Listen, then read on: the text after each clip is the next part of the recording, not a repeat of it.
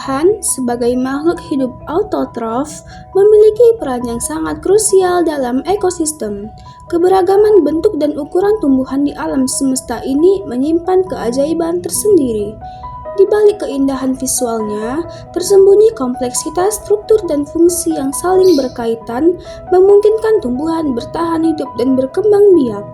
Keberadaan tumbuhan tidak hanya sebagai penghasil oksigen, tetapi juga sebagai sumber makanan, tempat berlindung serta menjaga keseimbangan lingkungan. Struktur tumbuhan terdiri dari berbagai jaringan dan organ yang terintegrasi, masing-masing memiliki spesialisasi dalam menjalankan fungsi tertentu. Berikut struktur tumbuhan dan fungsinya. Pertama, batang. Apa sih pengertian dari batang? Batang merupakan salah satu dari organ dasar tumbuhan berpembuluh. Batang adalah sumbu tumbuhan, tempat semua organ lain bertumpu dan tumbuh. Daun dan akar dianggap sebagai perkembangan fisik dari batang untuk menjalankan fungsi yang lebih khusus. Nah, adapun jenis-jenis batang, yang pertama batang basah, contohnya batang bayam. Yang kedua batang berkayu, contohnya pada pohon mangga dan pohon jambu dan pohon lainnya. Yang ketiga yaitu batang rumput, contohnya pada tanaman padi. Nah, selanjutnya adapun fungsi-fungsi batang bagi manusia. Yang pertama, bisa untuk membuat perabotan rumah tangga, contohnya batang pohon jati. Yang kedua, bisa untuk bahan makanan, contohnya batang bayam, asparagus, sagu, dan lainnya. Yang ketiga yaitu bisa untuk bahan industri, contohnya bambu, tebu, dan lain-lain. Nah, selanjutnya adapun fungsi batang bagi tumbuhan. Yang pertama yaitu batang pada tumbuhan memiliki fungsi sebagai saluran tempat mengangkutnya air dan mineral dari akar menuju daun. Yang kedua yaitu batang juga berfungsi untuk menyalurkan hasil fotosintesis dari daun menuju ke seluruh bagian tumbuhan. Selanjutnya, akar. Akar adalah salah satu bagian tumbuhan yang tertanam di dalam tanah. Akar berfungsi sebagai penyokong dan dapat membuat tumbuhan berdiri dengan kokoh. Selain itu, akar juga berfungsi menyerap air dan mineral dari dalam tanah. Nah, akar terdiri dari akar tunggang dan akar serabut.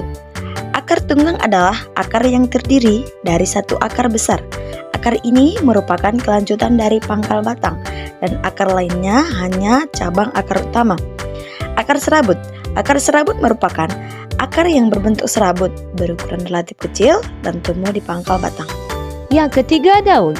Daun berfungsi sebagai alat fotosintesis dan alat untuk menyimpan air serta makanan. Fotosintesis adalah proses pembuatan atau pembentukan makanan yang sering dilakukan oleh tumbuhan yang mengandung klorofil dengan bantuan cahaya matahari. Daun dibedakan menjadi dua, yaitu daun majemuk dan daun tunggal. Daun tunggal merupakan daun yang pada tangkai daun hanya terdapat satu helaian daun, sedangkan daun majemuk merupakan daun yang dalam satu tangkai daun terdapat lebih dari satu helaian daun. Yang keempat, bunga. Bunga merupakan bagian yang paling menarik dari tumbuhan karena memiliki warna dan bentuk yang indah. Bunga atau floss adalah salah satu organ tubuh dari tumbuhan yang berfungsi sebagai alat reproduksi atau alat perkembangbiakan melalui mekanisme penyerbukan dan pembuahan. Bagian-bagian utama bunga. Yang pertama, kelopak bunga. Kelopak bunga adalah bagian bunga terluar atau paling rendah kedudukannya pada dasar bunga. Yang kedua, mahkota bunga. Mahkota bunga berfungsi sebagai hiasan dan daya tarik bagi serangga untuk membantu proses penyerbukan. Yang ketiga, alat kelamin jantan atau benang sari merupakan bagian alat kelamin jantan yang terdapat pada bunga. Yang keempat, alat kelamin betina atau putik berfungsi sebagai tempat masuknya serbuk sari yang berasal dari kepala sari.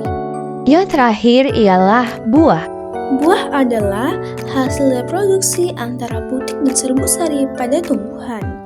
Buah berfungsi sebagai tempat menyimpan cadangan makanan dan melindungi biji yang terdapat di dalamnya. Selain itu, buah juga dapat dikonsumsi oleh manusia dan hewan. Buah juga merupakan sumber vitamin yang dapat bermanfaat bagi kesehatan.